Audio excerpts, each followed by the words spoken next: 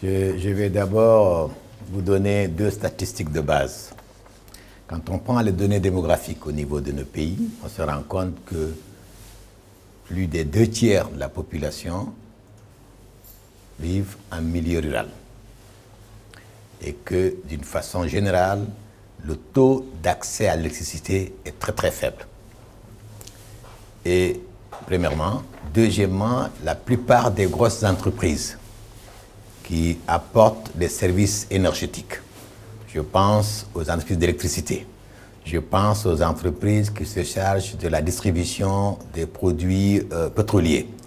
La plupart de ces entreprises ont un marché potentiel limité en zone urbaine. Ça veut dire, d'une façon générale, que 2/3 de la population sont mal desservis, aussi bien en électricité qu'en produits pétroliers.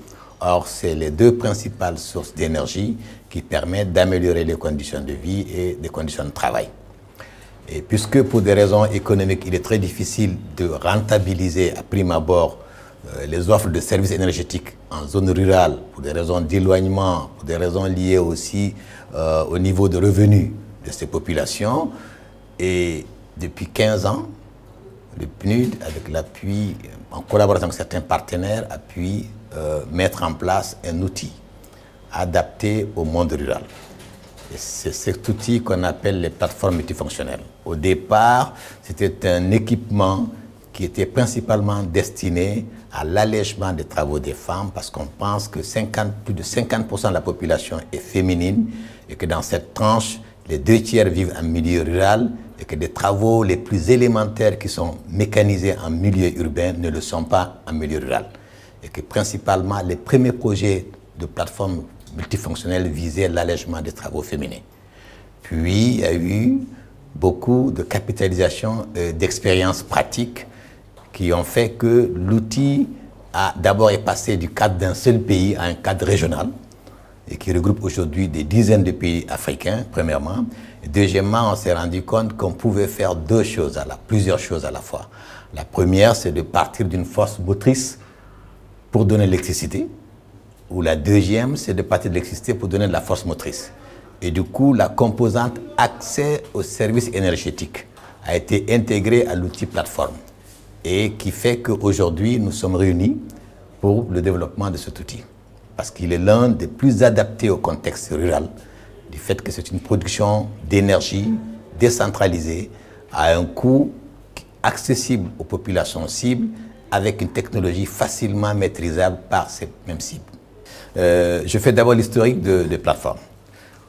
Au début des années 2000, on était au niveau d'un seul pays, c'est le Mali. Puis, il y a eu le cas du Burkina, puis le cas de la Guinée, puis progressivement le cas pas de la Mauritanie, mais du Sénégal, etc. Aujourd'hui, les projets ou les programmes plateformes existent dans une dizaine de pays, de l'Afrique occidentale et de l'Afrique centrale. Tous ces programmes et projets plateformes ont été appuyés par le programme régional énergie-pauvreté du PNUD et il est nécessaire de mettre en place un système homologué de suivi de l'évolution de ces programmes pour en mesurer leur effet et leur impact. Donc le désir d'avoir un système commun, un outil commun de suivi et évaluation, je crois que c'est ça qui nous a guidés à la rencontre d'aujourd'hui. C'est pour pouvoir dire aux gens et aux autres que premièrement, il faut qu'on ait un système harmonisé de production d'informations et d'accès à cette information. Et je crois que c'est ça l'intérêt de la rencontre d'aujourd'hui. Elle permettra, cette rencontre, aux différents acteurs au niveau des pays, d'abord d'avoir connaissance des avancées au niveau des autres pays, ce qui permet le partage de connaissances, la capitalisation des acquis, etc., avant d'inventer la roue partout. Et deuxièmement, d'alimenter une base de données qui peut être facilement accessible à tout le monde. Je crois que c'est ça.